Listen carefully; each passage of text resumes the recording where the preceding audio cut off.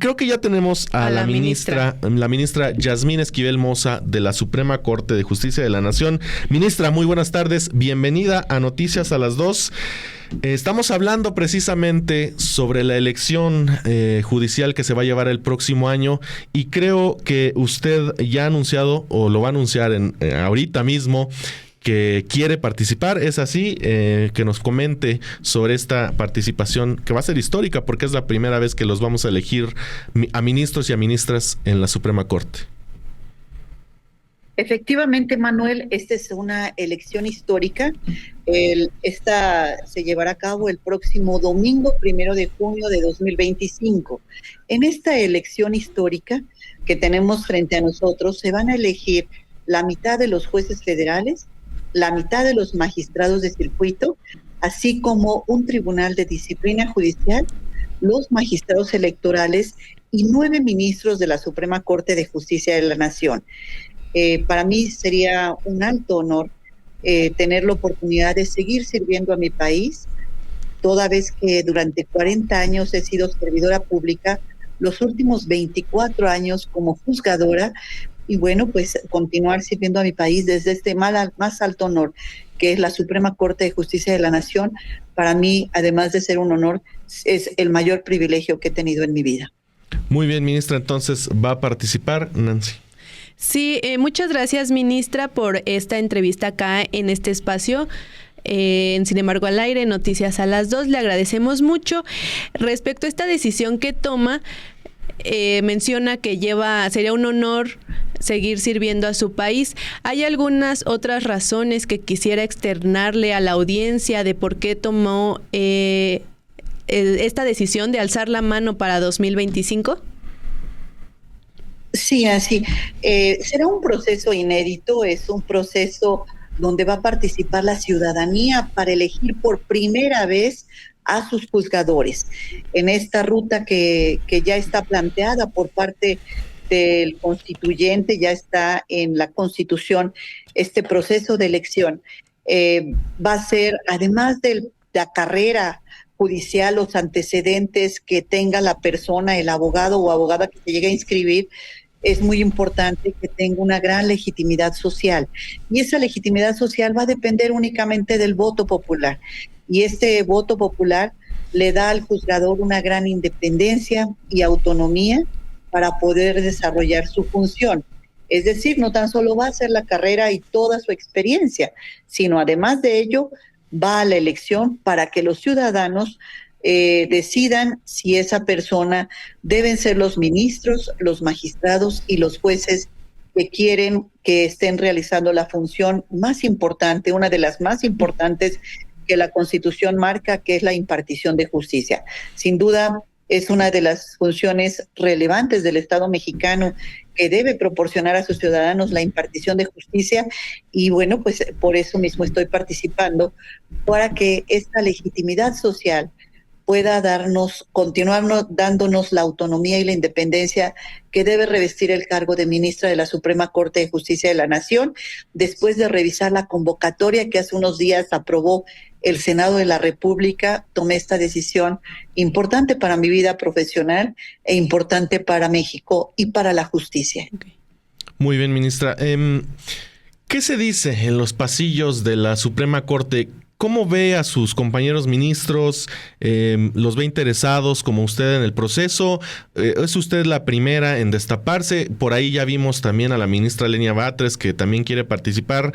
Pero al resto de los ministros de la Corte, ¿cómo los ve?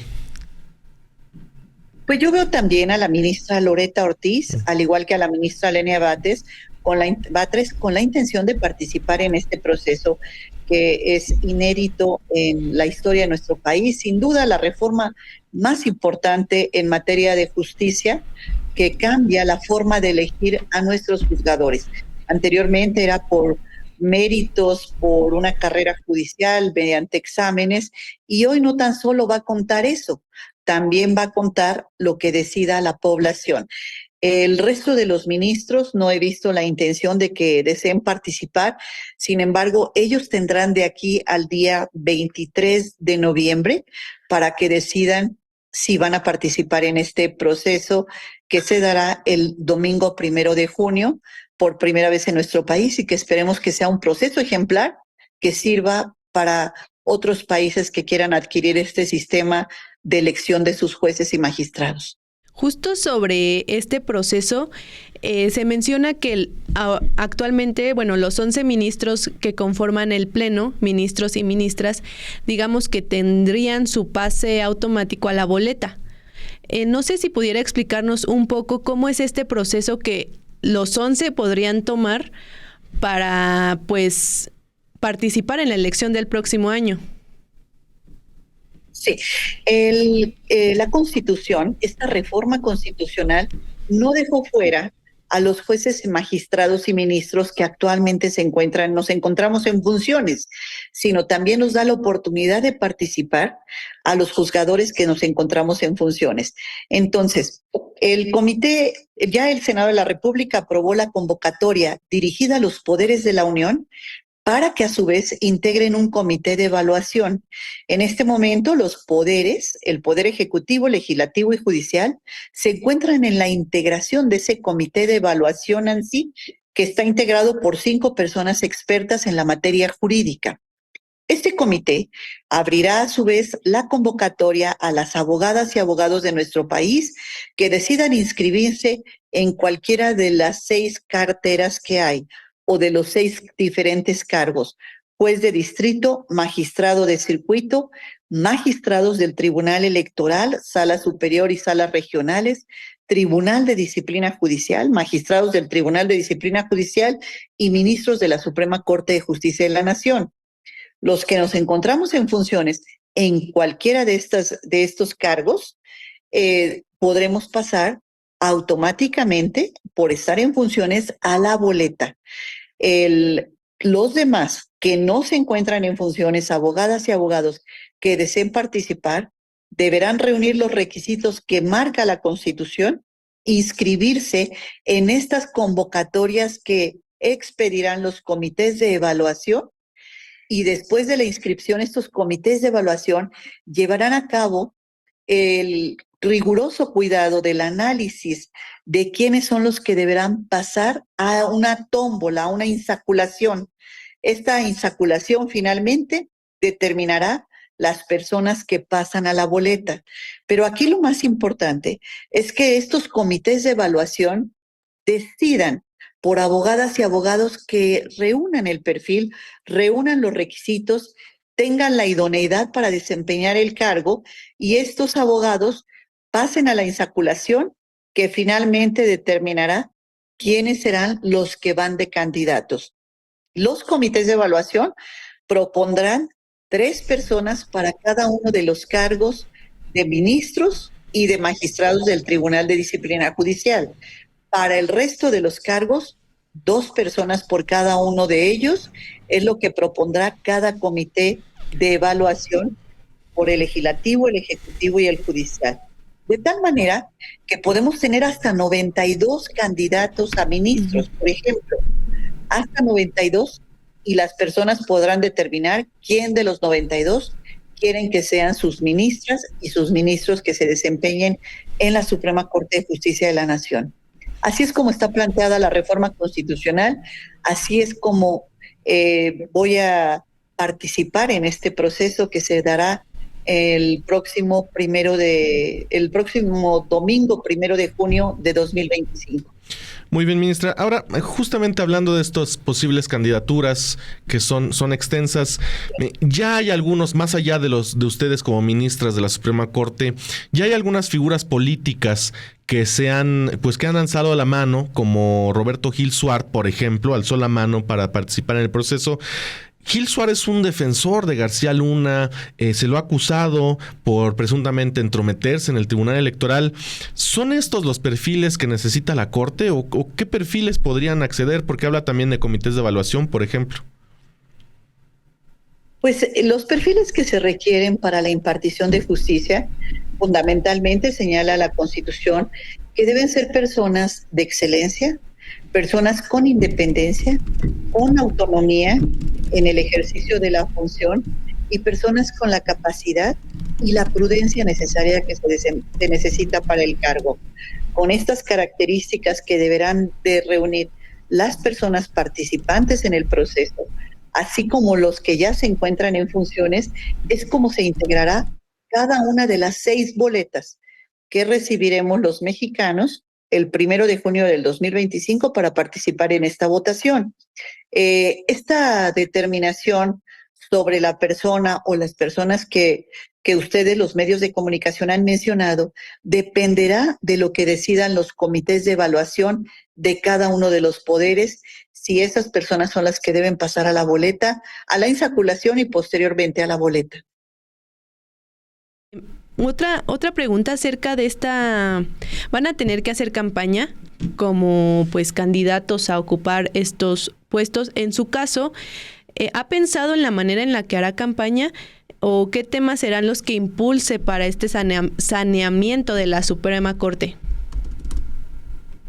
Aquí lo más importante, Nancy, es cumplir con la ley, apegarse a lo que establece la ley.